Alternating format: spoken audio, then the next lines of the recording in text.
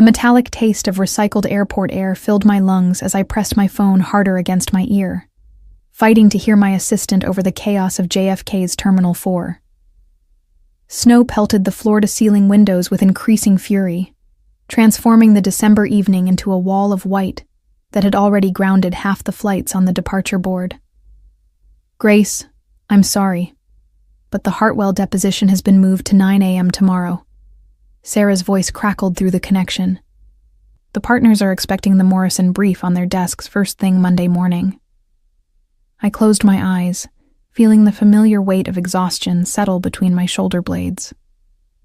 14-hour days had become my normal since making junior partner at Whitmore & Associates 6 months ago.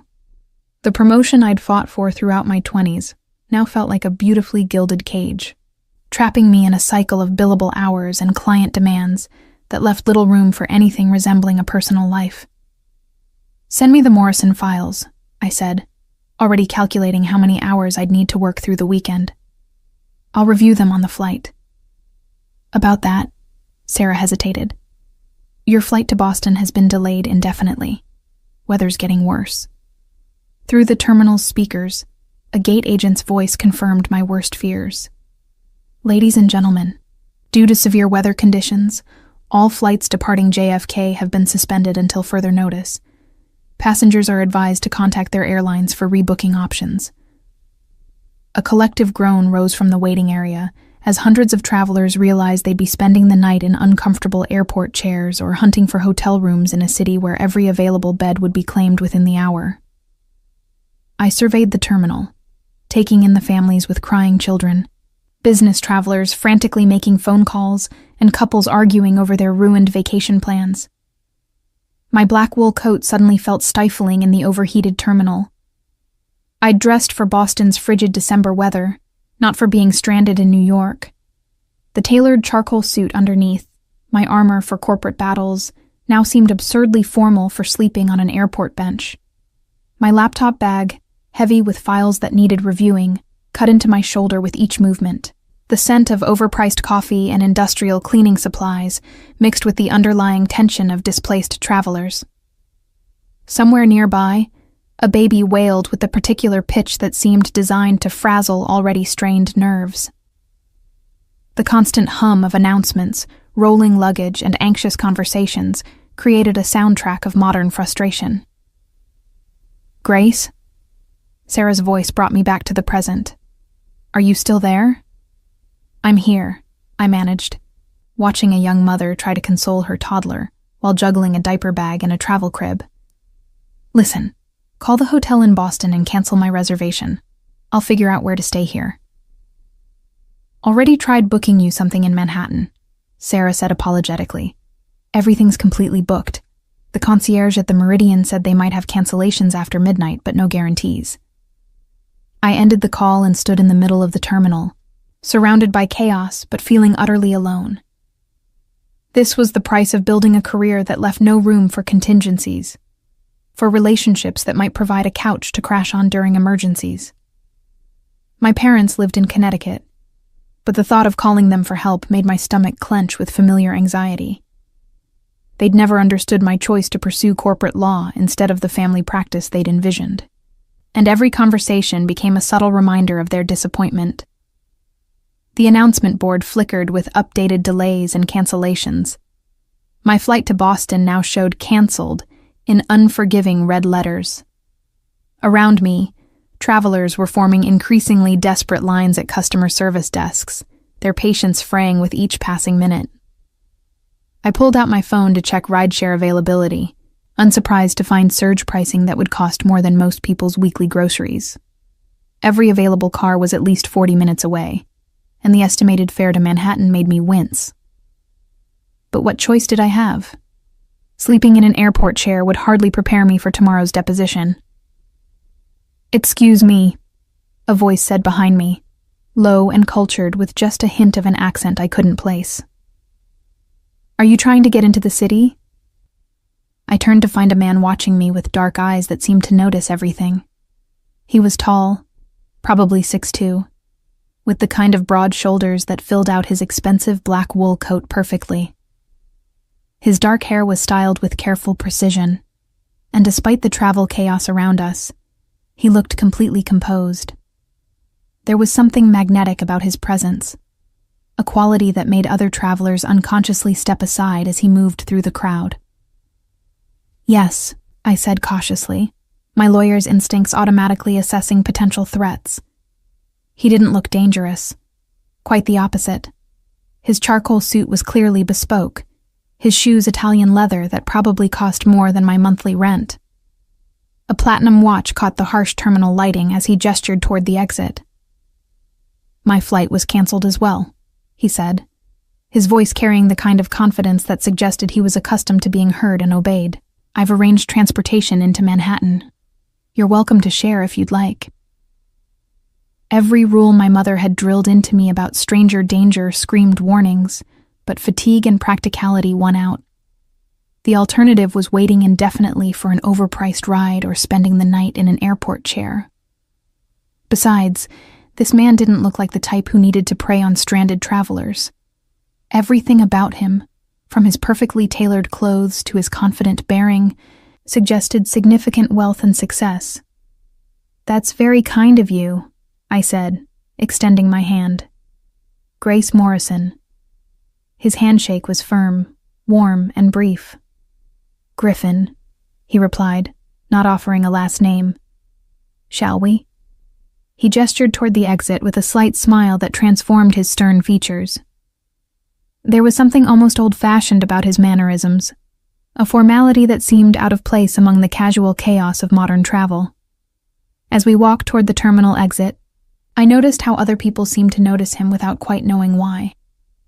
Conversations paused as he passed, heads turned, though he appeared oblivious to the attention.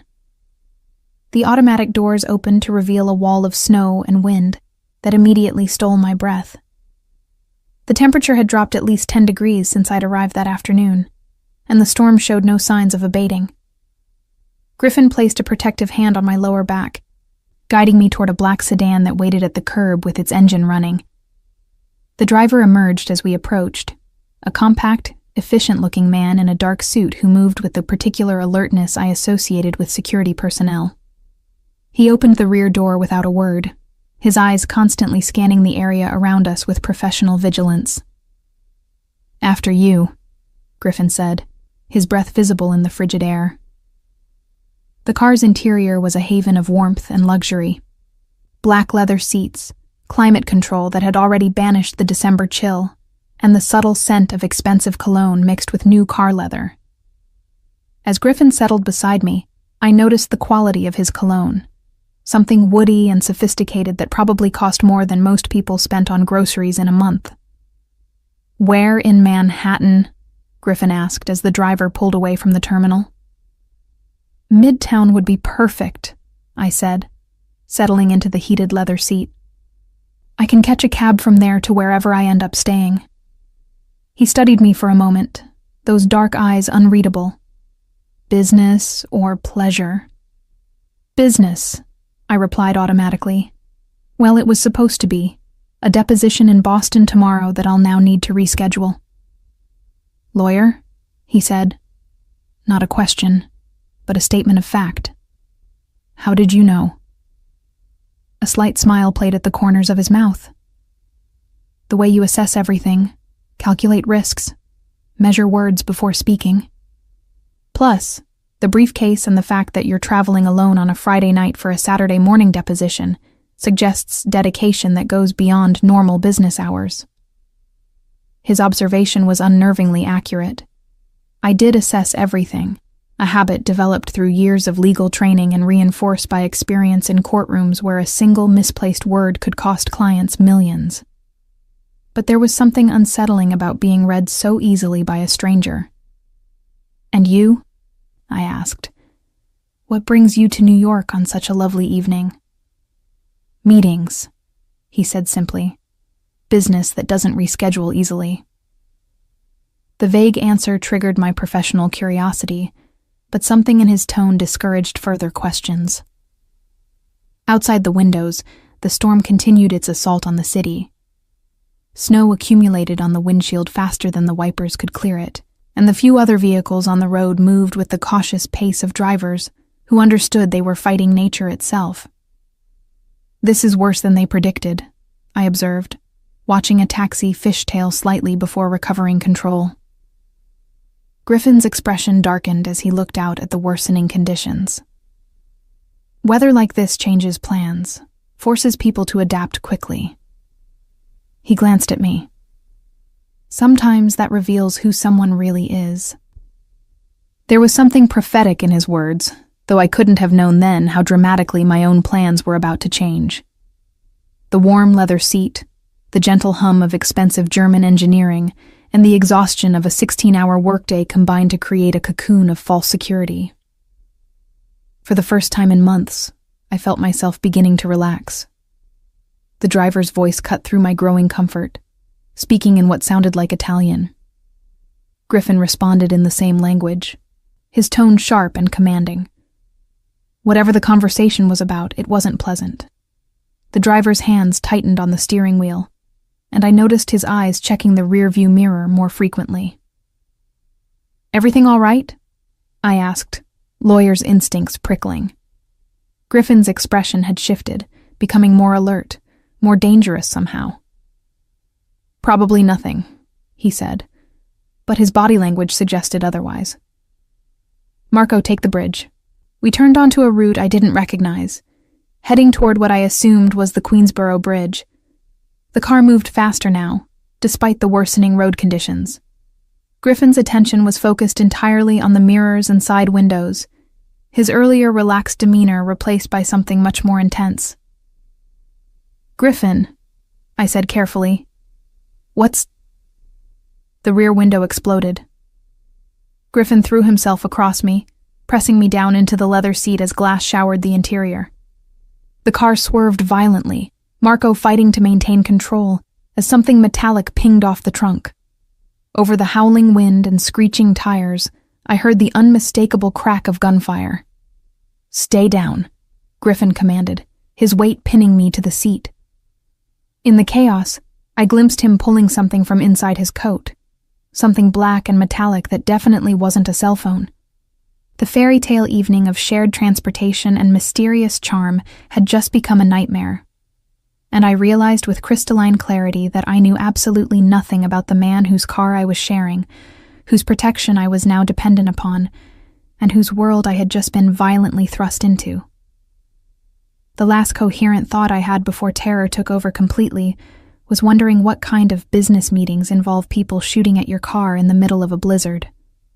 The car careened through the snow-slicked streets as Griffin barked orders in rapid Italian to Marco, who responded with the practiced precision of someone accustomed to life-threatening situations. My ears rang from the gunshots, and the acrid smell of gunpowder mixed with the metallic scent of fear-induced adrenaline flooding my system. "Who's shooting at us?" I gasped, my voice barely audible over the wind whipping through the shattered rear window. Griffin's dark eyes met mine, and in them I saw a coldness that made my blood freeze more effectively than the December air. "People who made a very serious mistake," he said, checking the clip of his gun with movements so fluid they spoke of extensive practice. Another burst of gunfire shattered what remained of the rear window. Marco yanked the wheel hard left, sending the sedan into a controlled skid that somehow ended with us racing down a side street I didn't recognize. The city lights blurred past in streams of gold and white, creating a disorienting kaleidoscope that made my stomach lurch. "Griffin," I tried again, my lawyer's mind desperately seeking information, even as my body trembled with shock. "What kind of business are you in?" He was silent for a long moment, his attention focused on the side mirror where headlights were gaining on us despite Marco's evasive driving. When he finally spoke, his voice carried a weight that suggested the answer would change everything between us. "The kind where people don't usually get second chances to walk away," he said quietly. "I'm sorry you're caught in this, Grace. I never intended for an innocent to be involved." Innocent. The word hung in the air between us like a death sentence. Whatever world Griffin inhabited, I had just been violently inducted into it through the simple act of accepting a ride from a stranger. The corporate law battles that had consumed my life suddenly seemed laughably civilized compared to the very real bullets that had just missed ending my existence. Marco spoke urgently in Italian, pointing ahead toward what I could see was the approach to the Queensboro Bridge. Even through the storm, the bridge's lights were visible, a beacon of civilization that suddenly seemed impossibly far away. Griffin responded with what sounded like disagreement, but Marco shook his head emphatically. "He says the bridge is our best option," Griffin translated, though his expression suggested he disagreed with his driver's assessment. "Limited access points, harder for them to box us in." "Them?" I asked, hating how small my voice sounded. "How many people are trying to kill us?" Griffin's smile was sharp and completely devoid of humor. Enough to make this interesting. The entrance to the bridge loomed ahead, its massive steel structure disappearing into the swirling snow. Traffic was light due to the storm, which meant fewer civilians at risk, but also fewer places to hide. As we accelerated onto the bridge's span, I could see our pursuers emerging from the maze of Queen streets, 3 black SUVs moving in formation with military precision. "Professional," Griffin observed, watching them in the mirror. "This isn't random street crime." My mind raced through the implications. Professional meant organized. Organized meant planned. Planned meant Griffin was either very important or very dangerous, possibly both. The expensive clothes and cultured manner I'd initially found attractive now took on a more sinister cast. Wealthy men who traveled with armed drivers and attracted professional assassins didn't typically run legitimate businesses. "Griffin," I said, surprised by the steadiness in my own voice. "I need you to tell me who you really are." He looked at me then. Really looked, as if seeing me for the first time. Something shifted in his expression. A calculation, a decision being made. "My name is Griffin Castellano," he said finally. "My family has been in New York for 4 generations, building something that others want to destroy." Castellano. The name triggered a memory from law school, from a professor who'd discussed organized crime cases with the kind of academic detachment that made real violence seem theoretical. The Castellano family was old money New York, with business interests that spanned from legitimate real estate to less savory enterprises that prosecutors had never quite managed to prove in court. "Mafia," I whispered, the word escaping before I could stop it. Griffin's jaw tightened. "We prefer family business," he said, but there was no denial in his voice. "Though I suppose the distinction matters little to you now." The SUVs were gaining ground, their powerful engines cutting through the snow more effectively than our sedan. Marco was pushing our car to its limits, but physics and weather were working against us. The bridge stretched ahead like a gauntlet, with nowhere to run and nowhere to hide. "What do they want?" I asked, gripping the door handle as Marco took a curve faster than seemed safe. "Territory," Griffin replied, his attention split between the pursuing vehicles and something he was reading on his phone. "The Volkov family thinks they can challenge traditional boundaries, expand their operations into areas that have been closed to them for decades." Volkov. Russian, I assumed, which meant this was more than just a local power struggle. International organized crime, territories spanning continents, resources that could buy corruption at the highest levels of government. I was trapped in a car with a man whose world operated by rules I couldn't even begin to understand. "And you won't let them," I said, beginning to grasp the larger picture. Griffin's smile was genuinely warm for the first time since the shooting started. "Very good, counselor. You understand the situation perfectly." A new sound cut through the wind and engine noise, the distinctive whoop whoop whoop of helicopter rotors. Griffin cursed in Italian, a string of words that needed no translation. Above us, barely visible through the swirling snow, a black helicopter kept pace with our convoy of vehicles. "Marco, the service road," Griffin commanded, pointing toward an upcoming exit that seemed to lead nowhere but darkness. "That's not an exit," I protested. "That's maintenance access." Griffin's grin was fierce and predatory. "Exactly. which means it's not monitored by traffic cameras, and there are no civilians to complicate matters. The implications of his words sank in like ice water. He wasn't trying to escape the confrontation. He was maneuvering toward it, choosing ground that would allow him to fight without witnesses or collateral damage. This wasn't panic or desperation. This was strategy. Marco yanked the wheel hard right, sending us skidding down a narrow ramp that led to the bridge's lower maintenance level. The pursuing SUVs followed without hesitation, confirming that this wasn't a random attack, but a planned assault by people who knew Griffin's likely escape routes. "How long have they been watching you?" I asked, as we raced along a service road that ran beneath the main bridge span. "Weeks, probably months," Griffin replied, checking his weapon again. "Viktor Volkov is nothing if not thorough. He's been planning this move for a long time." The service road ended at a maintenance facility built into the bridge's superstructure, a concrete bunker designed to house equipment and personnel during repairs. Marco pulled the car behind the building, using it as cover from the helicopter that was still circling overhead. "Stay in the car," Griffin ordered, his hand on the door handle. "Whatever happens, don't get out until I come back for you." "Where are you going?" I demanded, panic rising in my throat. His expression softened slightly. "To end this before it gets worse. These people operate on fear and intimidation. Show them weakness, and they'll never stop coming." The SUVs had followed us down the service road, and were now approaching the maintenance facility in a wide formation designed to prevent escape. Through the swirling snow, I could see armed figures emerging from the vehicles, moving with the coordinated precision of military professionals.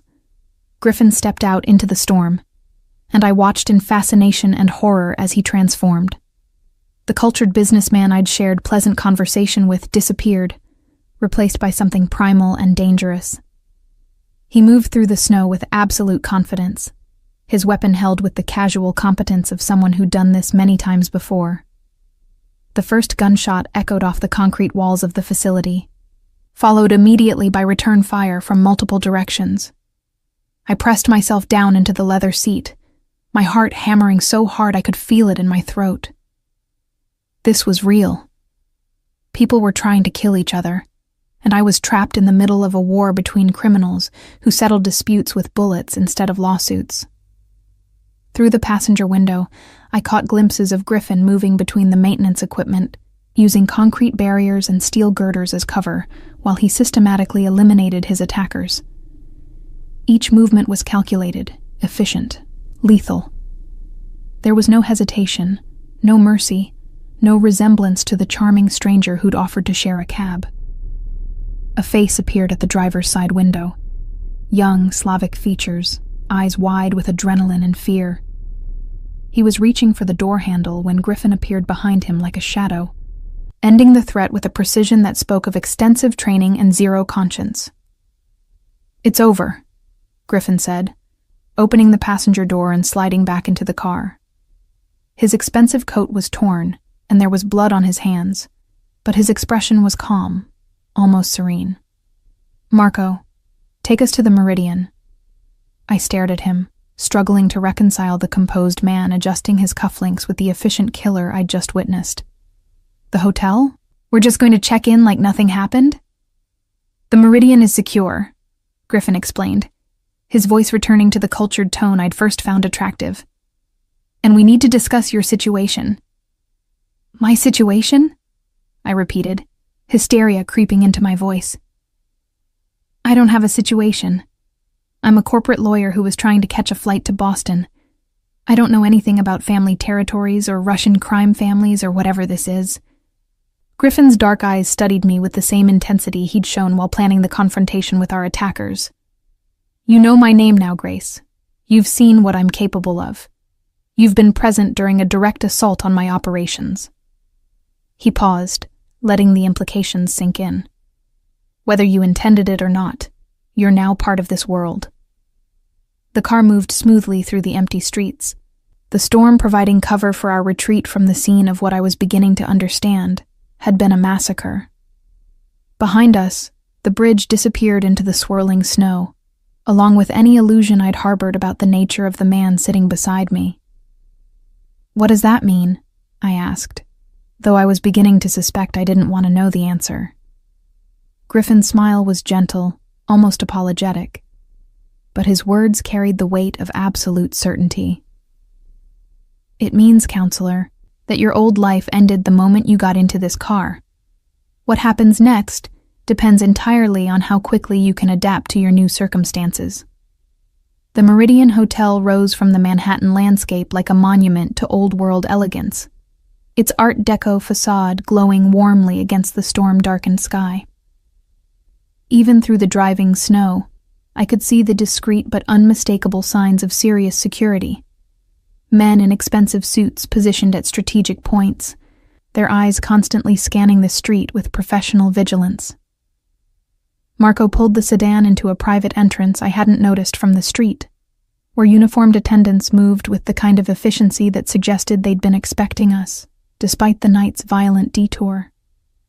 One of them opened my door with a deferential nod, as if women in torn stockings and shock-pale complexions were a regular feature of his evening routine. "Welcome to the Meridian, Ms. Morrison," he said, somehow knowing my name despite the fact that I'd never been here before. "Your suite is ready." I looked sharply at Griffin, who was emerging from the other side of the car with his customary composure restored. His torn coat had been replaced with a fresh one that appeared from nowhere, and the blood had been cleaned from his hands during the short drive from the bridge. Only the heightened alertness in his dark eyes suggested that anything unusual had occurred. "How do they know my name?" I demanded as we entered the hotel's opulent lobby. "The same way I knew where to find transportation when our flights were canceled," Griffin replied, guiding me toward a private elevator with his hand at the small of my back. Good information is the foundation of any successful operation. The elevator rose smoothly past floors filled with what I assumed were ordinary guests living ordinary lives, blissfully unaware that they were sharing their accommodations with people who settled business disputes with gunfire.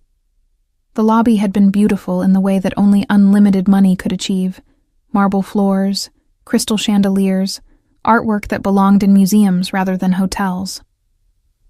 "Griffin," I said as the floors ticked by, "I need you to understand something. I have a life, a career, people who will notice if I disappear." He turned to study me with that unsettling intensity I was beginning to recognize. "Tell me about your life, Grace. This career that's so important to you." The question caught me off guard, partly because it was the first time he'd shown genuine interest in my circumstances, and partly because examining my life from this new perspective revealed just how isolated I'd become. "I'm a junior partner at Whitmore & Associates, corporate law, mostly mergers and acquisitions. I work 70-hour weeks, bill clients at rates that would fund small countries, and haven't had a vacation in 3 years. "Family?" he asked. "Parents in Connecticut who think I've wasted my potential on corporate greed instead of public service. No siblings, no significant other who could tolerate competing with my billable hours for attention." The words came out more bitter than I'd intended, revealing truths I'd been avoiding about the emptiness of my supposedly successful existence. "Friends who will miss you?" Griffin pressed. I considered the question seriously, running through my contacts list in my mind. "Colleagues, mostly. People I work with but don't really know. A few law school acquaintances I see at bar association events." The realization was more painful than I wanted to admit. No one who would call the police if I missed a few days of work. Griffin nodded as if this confirmed something he'd already suspected. "Loneliness makes people vulnerable, Grace. It also makes them adaptable." The elevator opened onto a hallway that screamed wealth and discretion. Thick carpeting muffled our footsteps as Griffin led me to a suite at the far end, where a man in an expensive suit was waiting with the kind of patience that suggested he'd been there for hours. "Vincent," Griffin acknowledged with a nod. "Status?" "The Volkov situation has been contained," Vincent replied in accents that placed his origins somewhere in Brooklyn. 8 confirmed eliminated. No survivors to report back to Moscow. The bridge incident will be classified as weather-related accidents. Poor visibility. Multiple vehicle collision. Very tragic. Griffin's casual acceptance of what amounted to mass murder sent a chill down my spine. This wasn't the work of street criminals or desperate men making poor choices. This was institutional violence, carried out with the kind of resources and planning that suggested vast organizational backing. "And our guests' accommodations?" Griffin asked, gesturing toward me. Vincent's eyes assessed me with professional detachment before he answered. "The penthouse suite is secure. All electronic surveillance has been disabled per your instructions, and the staff has been briefed on privacy protocols. Ms. Morrison's absence from her normal routine has been explained as a family emergency requiring extended travel." "Wait," I interrupted, my lawyer's training finally overriding my shock. "You can't just rearrange my life without my consent. I have rights, legal protections." Griffin's smile was gentle but implacable. "Grace, you're thinking like someone who still lives in the world of laws and courts and constitutional protections. That world operates on the assumption that everyone agrees to follow the same rules." He gestured toward the elegant hallway around us. "This world operates on different principles entirely." Vincent handed Griffin a tablet, which he studied briefly before nodding. "Excellent work. Make sure the families of the deceased receive appropriate compensation. Standard amounts, no questions asked. And Vincent?" Griffin's voice hardened slightly. "I want to know how Victor's people tracked us so precisely. Someone had information they shouldn't have had." "Already investigating," Vincent replied. "We'll have answers within the hour." The casual efficiency with which they discussed covering up multiple homicides and tracking down security leaks was almost as frightening as the violence itself. This wasn't chaos or desperation. This was business as usual, conducted with the same professional competence I brought to merger negotiations. Griffin opened the suite door and ushered me inside, where I found myself in accommodations that redefined luxury. Floor-to-ceiling windows offered a panoramic view of Manhattan, the storm creating a dramatic backdrop for the city lights below. The furniture was antique, but perfectly maintained, the kind of pieces that belonged in European castles rather than hotel rooms. "This is beautiful," I said automatically, my corporate training making polite conversation even under these surreal circumstances. "It should be," Griffin replied, moving to a well-stocked bar and pouring himself what looked like very expensive whiskey. "My family owns the hotel." Of course they did. I was beginning to understand that Griffin's influence extended far beyond what I'd initially imagined. This wasn't just organized crime. This was generational wealth and power built over decades, possibly centuries, with tentacles reaching into every aspect of legitimate society. "Drink?" he offered, holding up a crystal decanter. "I don't think alcohol is a good idea right now," I said, settling onto a sofa that probably cost more than my car. "I need to think clearly." Griffin settled into the chair across from me, crossing his legs with elegant precision. In the warm light of the suite's lamps, he looked like exactly what he'd first appeared to be: a successful businessman with excellent taste and unlimited resources. Only the alertness in his eyes and the way he positioned himself with clear sightlines to all entrances betrayed his true nature. "What are you thinking about, Grace?" he asked, his voice carrying genuine curiosity. "Escape routes," I answered honestly. "Legal options. Ways to extract myself from this situation before it gets any worse." "And what have you concluded?" I met his gaze directly, calling on every ounce of courtroom confidence I'd developed over years of high-stakes negotiations. "That I'm completely fucked." Griffin's laugh was rich and genuinely amused. "Very good. Accurate assessment of your position is the first step toward finding a workable solution." "Which would be?" He set down his whiskey and leaned forward, his expression becoming more serious. "That depends on what you want, Grace. What kind of life you're willing to accept going forward." "I want my old life back," I said immediately. "No, you don't," Griffin replied with quiet certainty. "Your old life was killing you slowly. 70-hour work weeks, no real relationships, no joy, no passion. You were successful by conventional measures, but you weren't actually living. The observation stung because it was true. I'd built a career that impressed strangers and left me empty, accumulating achievements that felt hollow the moment they were accomplished. The partnership I'd fought for had brought more work and more isolation, not the satisfaction I'd expected. "What are you suggesting?" I asked carefully. Griffin stood and moved to the windows, looking out at the storm that was finally beginning to ease. "My world offers things your world never could. Real power, instead of the illusion of influence.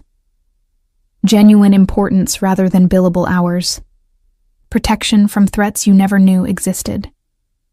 In exchange for what?" He turned back to me, his expression unreadable. "Loyalty, discretion, trust." He paused. "And the understanding that once you're part of this family, you're part of it permanently." The word family carried weight beyond its literal meaning, suggesting bonds that transcended blood relationships. I'd read enough about organized crime to understand that family loyalty was absolute, enforced by consequences that made corporate politics look like playground squabbles. "And if I refuse?" Griffin's smile was sad, but determined.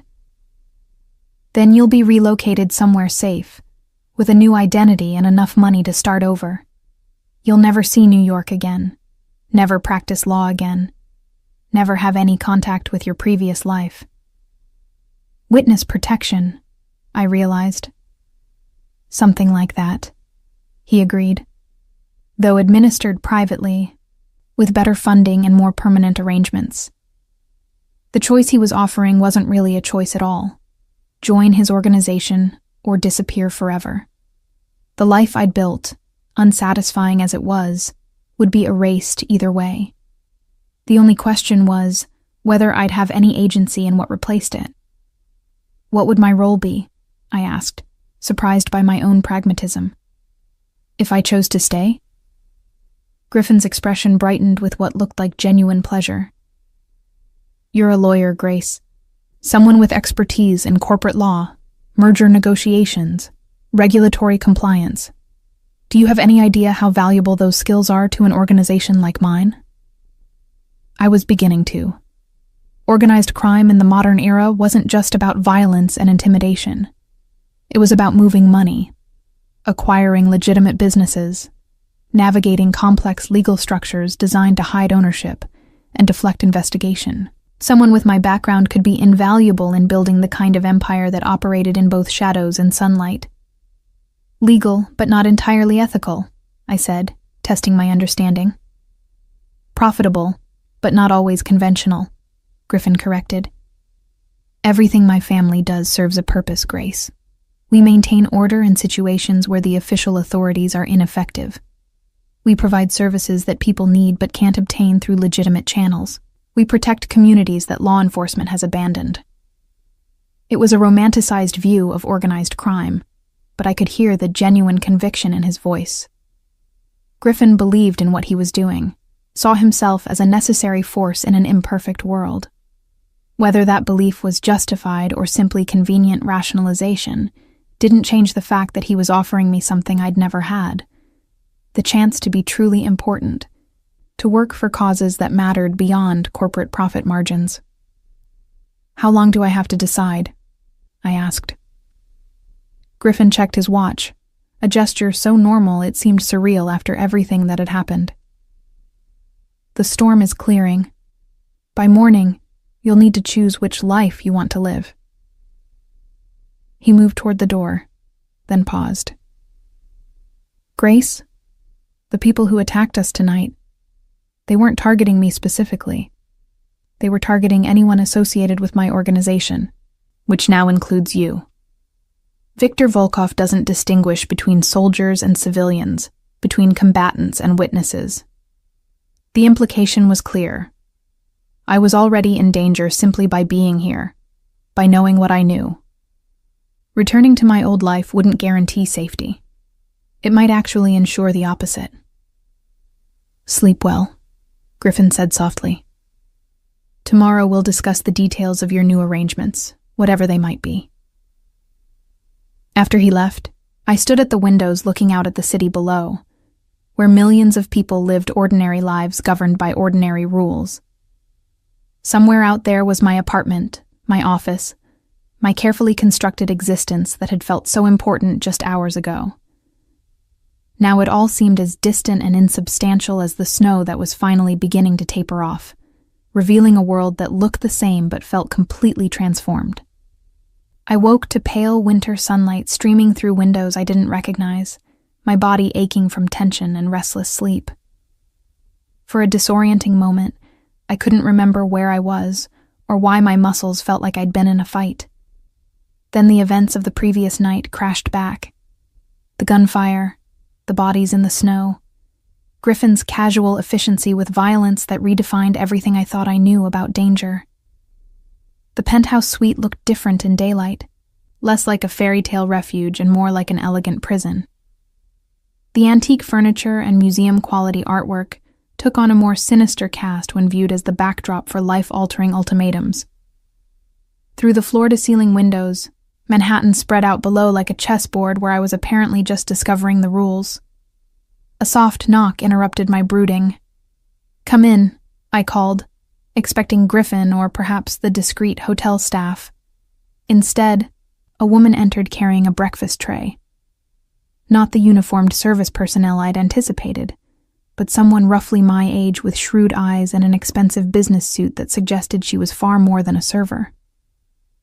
Her dark hair was pulled back in a severe bun that emphasized the sharp intelligence in her expression. "Ms. Morrison," she said, setting the tray on the dining table with practiced efficiency. "I'm Elena Vasquez, Mr. Castellano's attorney. He thought you might prefer to discuss certain aspects of your situation with someone who shares your professional background." A lawyer. Griffin had sent another lawyer to explain why my legal training was suddenly irrelevant to my circumstances. The irony would have been amusing if it wasn't so terrifying. "What kind of law do you practice?" I asked, settling at the table where Elena had arranged what looked like the most expensive breakfast I'd ever seen. Fresh fruit, artisanal pastries, coffee that smelled like it cost more per pound than most people's monthly grocery budget. "Corporate restructuring, regulatory compliance, international business transactions," Elena replied, taking the seat across from me. "Everything required to maintain complex operations across multiple jurisdictions." "Legitimate operations?" I asked pointedly. Elena's smile was professionally neutral. "Profitable operations. Legitimacy is often a matter of perspective and paperwork." She opened a leather portfolio and withdrew several documents, arranging them on the table with the kind of precision that suggested this wasn't her first time explaining life-changing contracts to reluctant participants. "Mr. Castellano wanted you to understand your options clearly," Elena continued. "He believes informed consent is essential to any lasting business relationship." "Business relationship," I repeated. "Is that what we're calling this?" "What would you prefer to call it?" Elena asked, genuine curiosity in her voice. "Because the terms remain the same regardless of the terminology." I studied the documents she'd laid out, recognizing some of the standard legal language but missing crucial context. "Walk me through it." Elena gestured to the first document. "Option 1, relocation with new identity. We provide you with a completely clean background, sufficient funds to establish yourself anywhere in the world except the United States, and ongoing security monitoring to ensure your safety. In exchange, you sign comprehensive non-disclosure agreements and surrender all previous identification documents." "Exile," I translated. "Protected exile," Elena corrected. "Very comfortable protected exile." She moved to the second set of papers. Option 2, integration into the Castellano organization as a legal consultant. You retain your identity and professional credentials, while taking on responsibilities that utilize your corporate law background. Compensation is substantially higher than your previous position. Benefits include comprehensive security and access to resources unavailable through conventional employers. And the catch? Elena's expression didn't change. Permanent employment. The Castellano family doesn't offer severance packages or retirement plans in the traditional sense. Once you're in, you're in. I picked up the integration documents, scanning through compensation figures that made my junior partnership look like an entry-level position. The benefits package included items I'd never seen in any corporate contract: personal security details, international travel on private aircraft, accommodations that redefined luxury. What kind of legal work would I be doing? I asked. Initially, due diligence on potential acquisitions. The family is always expanding its business interests, and many opportunities require careful legal review to ensure proper structure and minimize regulatory exposure. Elena paused. Eventually, you might handle more sensitive matters: contract negotiations with parties who prefer to avoid official documentation, dispute resolution in situations where traditional courts aren't suitable venues. The euphemisms were elaborate, but the meaning was clear. I'd be helping to launder money, structure illegal enterprises, and negotiate agreements that existed entirely outside the boundaries of legitimate law. Everything I'd spent years learning about ethics and professional responsibility would become irrelevant. How many people work for the Castellano organization? I asked, trying to grasp the scope of what I was being offered. Directly? Perhaps 50 people in positions of real responsibility. Indirectly? Elena shrugged. Thousands. Restaurants, construction companies, import-export businesses, real estate development, private security firms. The family's interests are quite diverse. An empire, I realized. Not just a criminal organization, but a complex web of legitimate and illegitimate enterprises that employed thousands and influenced countless more. The kind of operation that required exactly the sort of legal expertise I'd been developing throughout my career. And Griffin? I asked. What's his role in all this? Elena's expression warmed slightly, the first time she'd shown any personal emotion. Mr. Castellano is the head of the family. His word is law within the organization. His protection absolute for those who earn his trust. She paused. He's also, if you don't mind my saying so, someone who rarely takes personal interest in recruitment decisions. The implication was obvious. Griffin's involvement in my situation went beyond simple organizational necessity. Whether that was good or bad for my prospects remained unclear. Has anyone ever chosen option 1? I asked. Relocation? Occasionally. Usually when family members want to leave the life, or when witnesses require protection. Elena's tone suggested these weren't common occurrences. The arrangements are permanent and comprehensive. New identities don't allow for nostalgia or second thoughts. A life completely severed from everything I'd ever known, everyone I'd ever cared about, however limited that group might be. The prospect should have terrified me, but instead, I felt a strange sense of liberation. What exactly would I be giving up? A career that consumed my entire existence without providing real satisfaction? Relationships with colleagues who knew nothing about my actual thoughts or feelings? Parents who'd never understood or supported my choices? The compensation package for option 2, I said, returning to the integration documents. These figures seem excessive for legal consulting. Elena smiled, the first genuinely warm expression I'd seen from her. Mr. Castellano believes in paying for the best. He also believes that people who feel properly valued are more likely to remain loyal during difficult periods. Difficult periods? Investigations, territorial disputes, regulatory challenges. This life isn't without its complications, Ms. Morrison, but the rewards are proportional to the risks. I set down the papers and looked out at the city below, where people were beginning their normal Saturday routines, shopping, visiting friends, living ordinary lives with ordinary concerns. 24 hours ago, I'd been one of them, worried about depositions and billable hours and client demands that seemed monumentally important at the time. Elena, I said finally, can I ask you something personal? Of course. Do you ever regret choosing this life? Elena was quiet for a long moment, considering her answer carefully. I regret some of the things I've had to do, she said finally. But I don't regret the person I've become, or the family I've found, or the knowledge that I'm doing work that actually matters. Even though it's illegal. Legal and moral aren't always the same thing, Elena replied. The Castellano family provides order in situations where official authority fails. We protect people who can't protect themselves. We provide opportunities for those who've been excluded from legitimate success. We maintain stability in communities that would otherwise be consumed by chaos. It was the same rationalization Griffin had offered, but Elena's conviction seemed genuine. She believed in what she was doing, saw herself as part of something larger and more important than mere criminal enterprise. How long do I have to decide? I asked. Mr. Castellano will return this afternoon for your answer.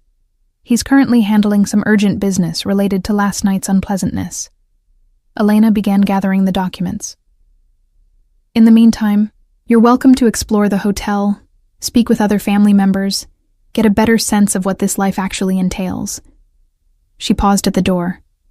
Ms. Morrison, for what it's worth, I think you'd be an excellent addition to the organization. You have the intelligence, the training, and the character to thrive in this environment. The question is whether you have the courage to leave your old life behind. After Elena left, I sat in the luxurious silence of the penthouse suite, weighing impossible choices.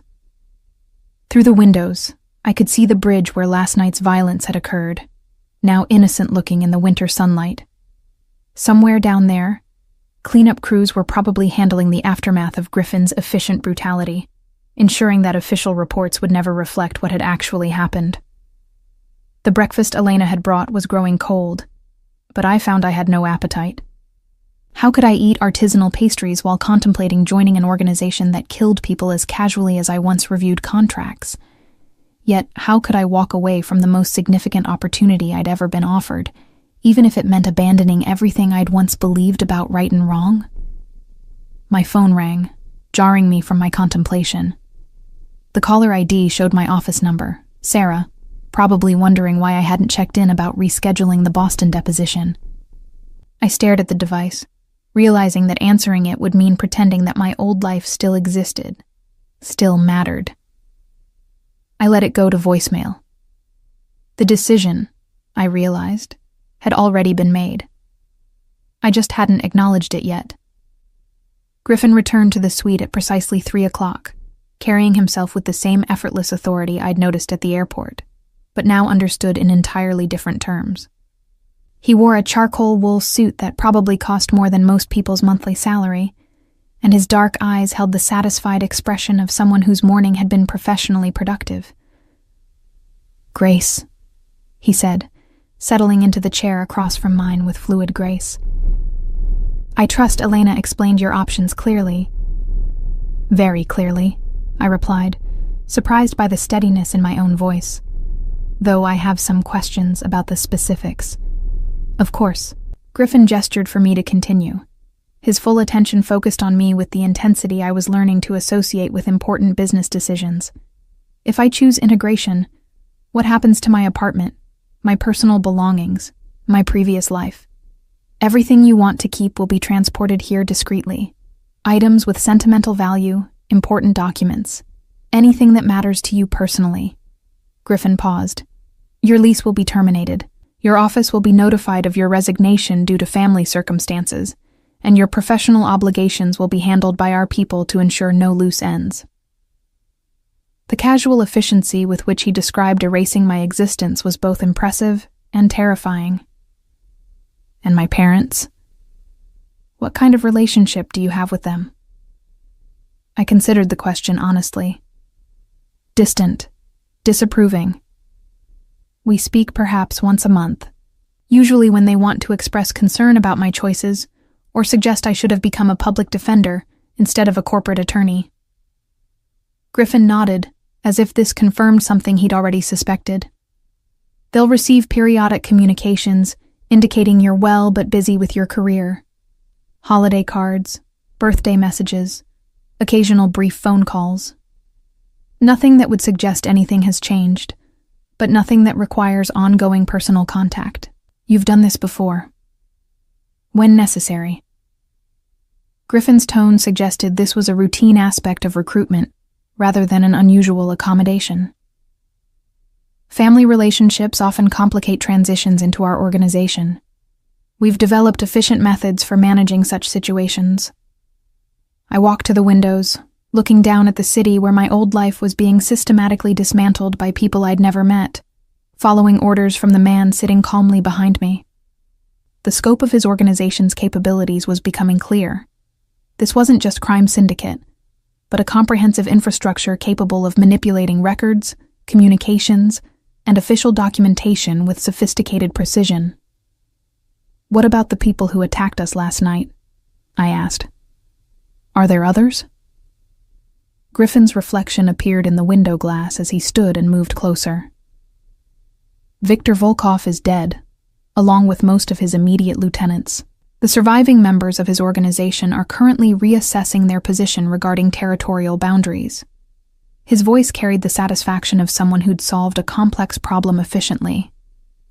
However, there will always be others who test our resolve. This life requires constant vigilance. The casual way he discussed murder and territorial control should have horrified me. But instead, I found myself analyzing the strategic implications. If Griffin's organization was under constant threat, then my involvement made me a permanent target regardless of my decision. Leaving wouldn't guarantee safety. It might actually increase my vulnerability. Elena mentioned that people rarely choose relocation, I said, still studying the city below. Why is that? Because once you understand what we offer, exile feels like punishment rather than protection. Griffin moved to stand beside me at the window, close enough that I could smell his expensive cologne. Power, Grace. Real power, not the illusion of influence you had at your law firm. The ability to solve problems that courts can't address, to protect people who have no other recourse, to build something lasting. And the price? Absolute loyalty, complete discretion, trust in family decisions even when you don't understand them immediately. Griffin turned to face me, his dark eyes intense. The same qualities that make successful lawyers, applied to a broader scope of human problems. I thought about my previous life, the endless billable hours, the clients who treated me as an expensive tool rather than a professional advisor, the partners who viewed my contributions as stepping stones to their own advancement. Had I ever felt genuinely important in that world? Had my work ever mattered beyond generating revenue for people who already had more money than they could spend? What specific responsibilities would I have? I asked. Griffin smiled, recognizing the shift in my questioning from whether to accept to how the arrangement would work. Initially, due diligence on acquisitions. We're constantly expanding our legitimate business interests, and many opportunities require careful legal review to ensure proper structure and minimize regulatory exposure. Money laundering, I translated. Asset integration, Griffin corrected smoothly. Ensuring that profitable enterprises operate within appropriate legal frameworks while maximizing tax efficiency and minimizing government interference. The euphemisms were elaborate, but I understood the reality. I'd be helping to legitimize criminal profits through complex business structures designed to obscure their origins. Everything I'd learned about corporate law would be applied to purposes that existed in the gray areas between legal and illegal. And eventually, contract negotiations with parties who prefer to avoid official documentation. Dispute resolution in situations where traditional courts aren't suitable venues. Strategic planning for expansion into new markets and territories. Griffin paused. Executive decision-making as you demonstrate competence and earn trust within the organization. He was describing a career path that led to genuine authority within a powerful organization, not the hollow advancement opportunities of corporate law, but real influence over decisions that affected thousands of people. The kind of position I'd never be offered in the legitimate world, no matter how many hours I billed or how many successful cases I handled. How many women hold senior positions in your organization? I asked. Elena is our chief legal counsel. Maria Santori runs our international logistics operations. Carmen DeLuca manages our restaurant and hospitality businesses. Griffin's tone suggested these weren't token appointments, but genuine leadership roles.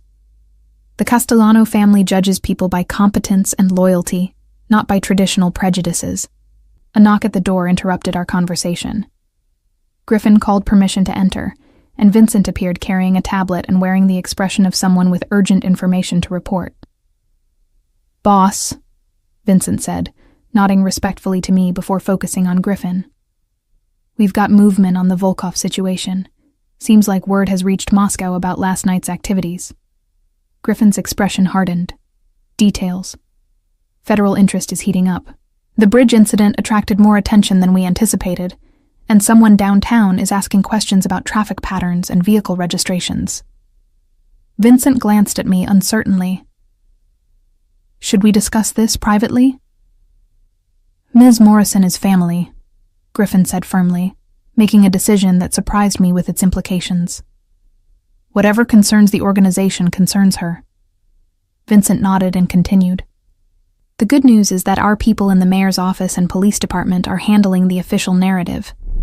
Weather-related accidents, poor visibility, very tragic but nothing suspicious. The bad news is that federal agencies aren't always cooperative with local arrangements." I listened to their conversation with growing understanding of the scope of Griffin's influence. He had people in city government, law enforcement, probably federal agencies as well. The kind of corruption network that took decades to build and represented genuine institutional power. "Recommendations?"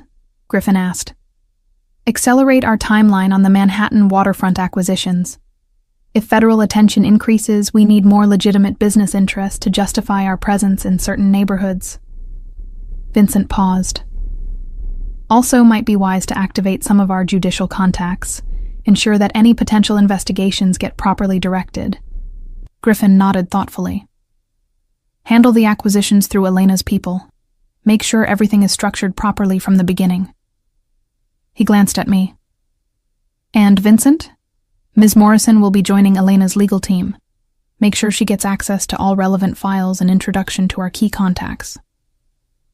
The casual way he announced my decision before I'd explicitly made it should have angered me, but instead, I felt a strange sense of relief. The choice had been inevitable from the moment I'd gotten into his car at the airport. Everything since then had been elaborate ceremony around a conclusion that was never really in doubt. "Welcome to the family, Ms. Morrison," Vincent said with what appeared to be genuine warmth. "Elena will be pleased to have qualified assistance with the legal workload." After Vincent left, Griffin returned his attention to me with the focused intensity that made conversations feel like negotiations for my soul. "Any regrets about the decision I just made for you?" "Were you wrong?" I asked instead of answering directly. "No." Griffin's smile was confident, but not arrogant. "You're too intelligent to choose exile over opportunity, too ambitious to settle for safety over significance.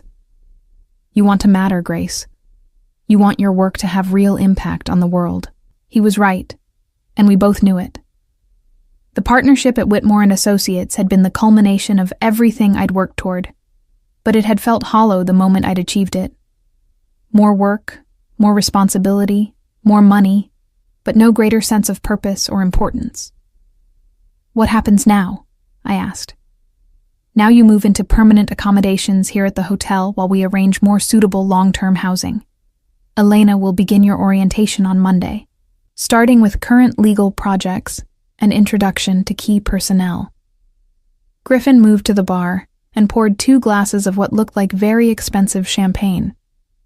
"Tonight, we celebrate your decision and discuss your future with the family." He handed me one of the glasses, raising his own in a toast. "To new beginnings, Grace, and to the discovery that sometimes the most important decisions are the ones we never really had a choice about." I clinked my glass against his, tasting bubbles that probably cost more than my monthly rent at the old apartment.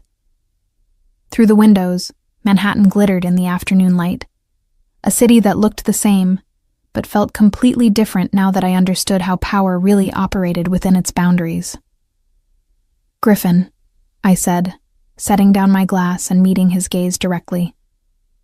I need you to promise me something. If I can. Don't lie to me about what this life involves.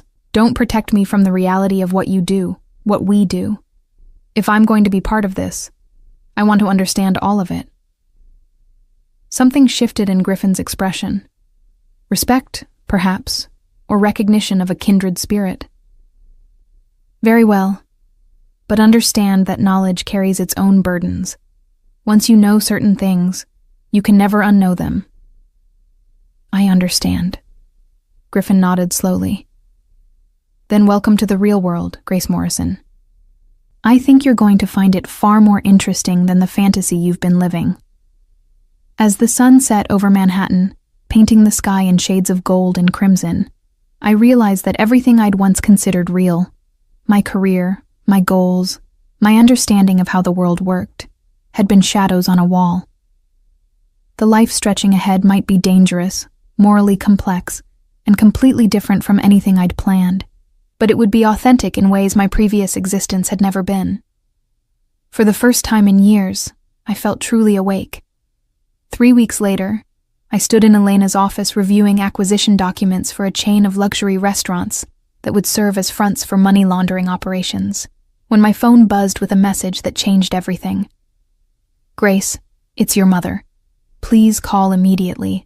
There's been an incident. My blood turned to ice. In the elaborate fiction Griffin's people had constructed around my disappearance, my parents believed I was traveling extensively for a major client, handling international merger negotiations that required extended periods abroad. The communications they received were carefully crafted to maintain that illusion, while gradually reducing their expectations of regular contact. Elena, I said, showing her the message. How is this possible? I thought all communications were being monitored and managed. Elena's expression darkened as she read the text. They are. This message didn't come through our systems. She was already reaching for her secure phone, calling what I'd learned was Griffin's direct line. We have a breach.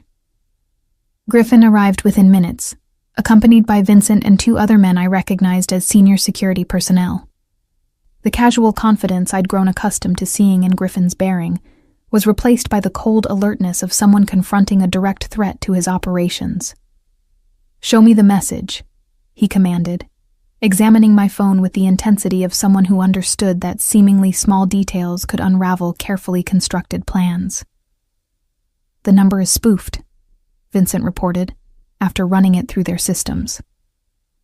Routing through multiple international proxies, designed to look like it's coming from your mother, but actually originating from a sophisticated technical operation. The Bratva, Griffin said grimly. Victor's death created a power vacuum in their organization, but it seems his replacement is more subtle than his predecessor. Elena was already pulling up files on her computer, her fingers flying across the keyboard with practiced efficiency. Alexei Petrov, Victor's cousin, recently arrived from Moscow, with significantly more resources and intelligence than Victor ever possessed. Our sources suggest he's been conducting surveillance on family operations for weeks. The implications hit me like a physical blow. He knows about me, about my parents. He knows you're important to me, Griffin corrected, his voice carrying a dangerous edge, which makes you valuable leverage. I thought about my parents in their quiet Connecticut home, probably wondering why their daughter's work suddenly required such secretive international travel, possibly growing concerned about the lack of detailed communication. They had no idea that their ordinary suburban existence had been invaded by the violent world I'd chosen to enter. We need to get to them first, I said, surprised by the authority in my own voice, before Alexei decides they're more useful as hostages than as bait. Griffin studied me for a long moment, and I realized this was a test of sorts. How I responded to threats against people I cared about would reveal something essential about my character and my commitment to the family's values. Vincent, mobilize a protection detail immediately, Griffin ordered. Full surveillance and security for the Morrison residence, but keep it invisible. We don't want to alarm them or confirm Alexei's intelligence about Grace's importance. Already handled, Vincent replied, which didn't surprise me anymore. Griffin's organization operated with the kind of efficiency that anticipated problems before they became crises. Team deployed 20 minutes ago, perimeter secured, technical countermeasures in place. Griffin turned back to me, his expression softening slightly. Your parents are safe, Grace, but this situation changes our timeline considerably. How so? Alexei is forcing us to accelerate plans we'd preferred to develop more gradually. Griffin moved to the windows overlooking the city, his posture suggesting he was calculating complex variables I couldn't yet see.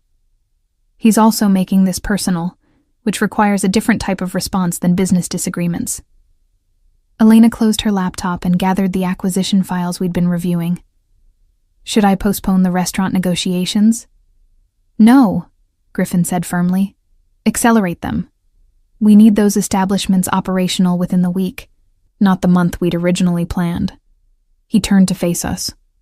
Alexei has made the mistake of assuming that threatening family members will make us more cautious. He's about to discover how wrong that assumption is. The calm way Griffin discussed escalating what was already a war sent a familiar chill down my spine. But this time it was accompanied by something else. Satisfaction.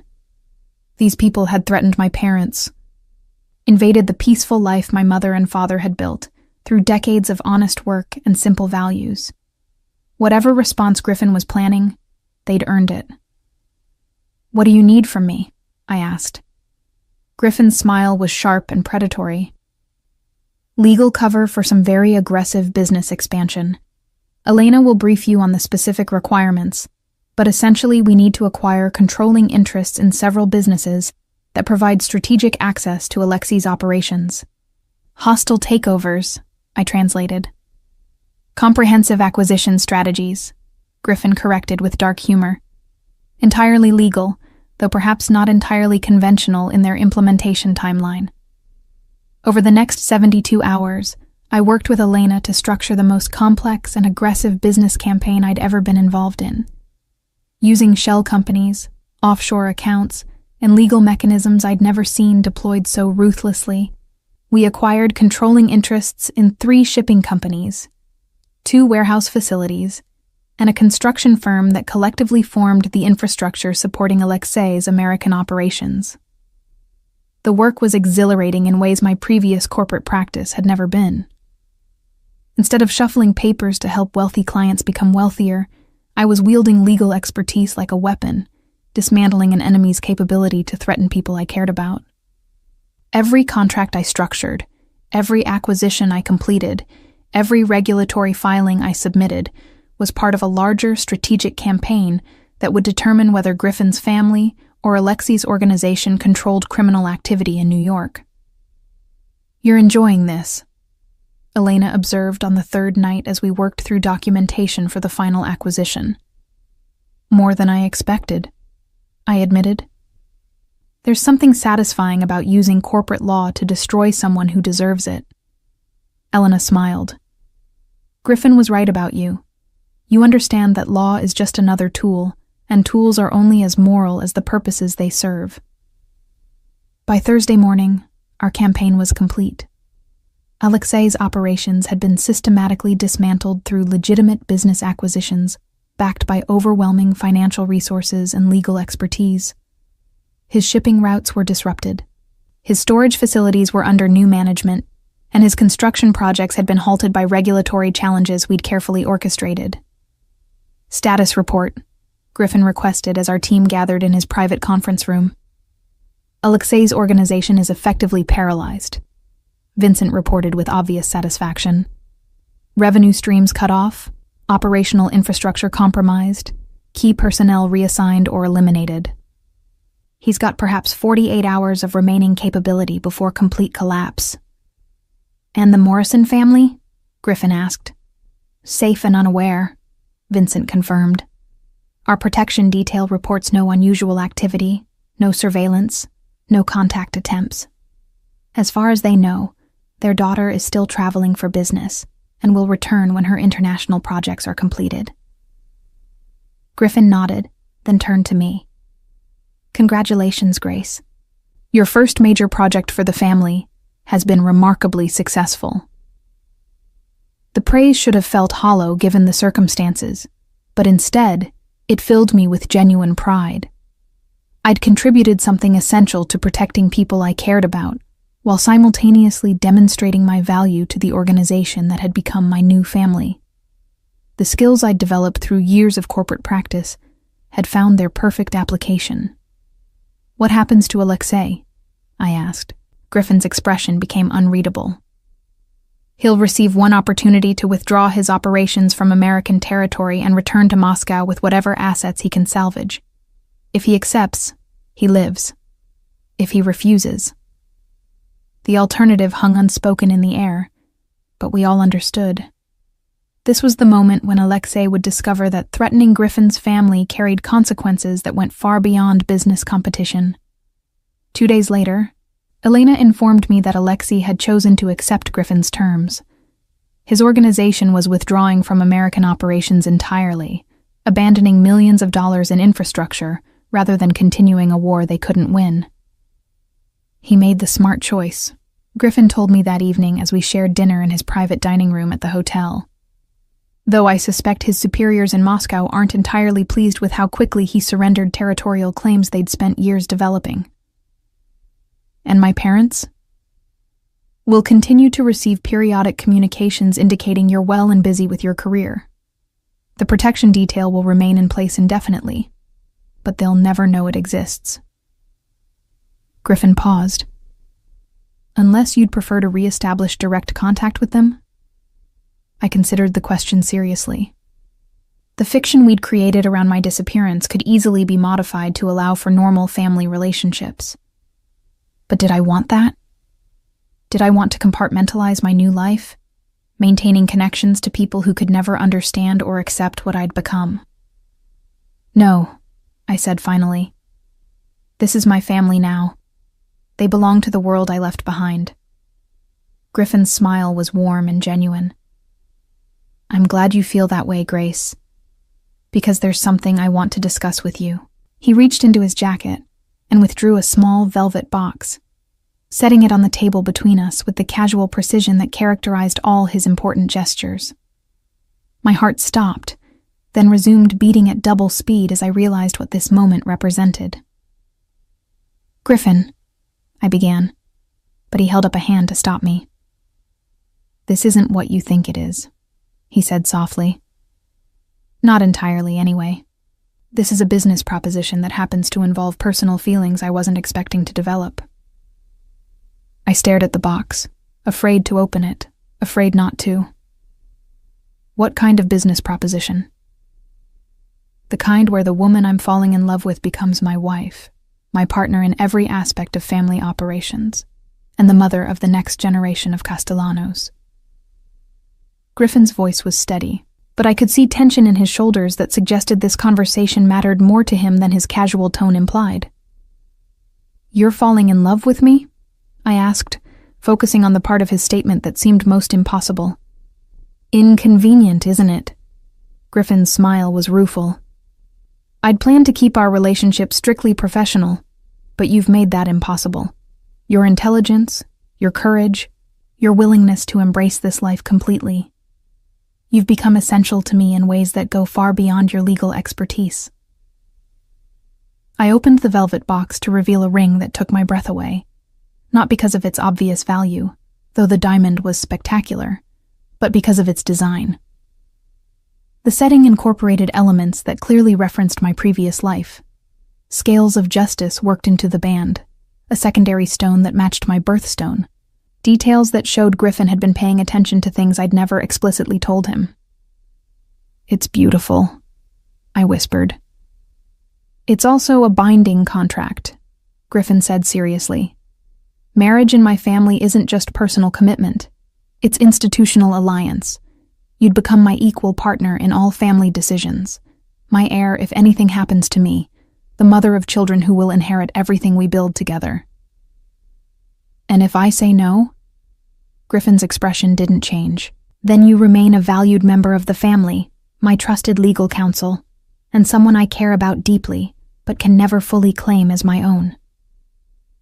The choice he was offering was between belonging completely to this world or remaining forever at its periphery, between becoming the most powerful woman in one of New York's most influential families, or staying a highly paid employee with no real authority over my own destiny. Yes, I said, surprising myself with how quickly the answer came. Griffin's smile transformed his entire face, revealing genuine joy beneath the controlled authority I'd grown accustomed to seeing. He slipped the ring onto my finger with hands that trembled slightly, the first time I'd ever seen him display anything approaching nervousness. "When?" I asked, admiring how the diamond caught the candlelight. "Tomorrow," Griffin replied. "Elena has already prepared the documentation, and I have a judge who owes the family several favors. We'll have a private ceremony here at the hotel, followed by a reception for senior family members." "Tomorrow?" I repeated, overwhelmed by the speed of everything. "Alexei's defeat has created opportunities that need to be seized quickly. Having you as my wife rather than my attorney will provide additional authority in negotiations with other families who respect traditional power structures." Griffin reached across the table to take my hand. "Besides, I've discovered I'm not particularly patient when I want something." As we sat in the elegant dining room, Manhattan glittering through the windows like a constellation of possibilities, I realized that the scared corporate lawyer who'd shared a taxi 3 weeks ago had completely disappeared. In her place was someone I barely recognized, a woman capable of dismantling criminal organizations through hostile takeovers, someone comfortable with violence when it served necessary purposes, a person who'd found her perfect place in a world that operated by rules she was finally beginning to understand. The ring on my finger wasn't just an engagement ring. It was a badge of membership in the most exclusive and dangerous organization in New York. Tomorrow I would become Mrs. Griffin Castellano, with all the power and peril that title implied. For the first time in my life, I felt genuinely excited about the future.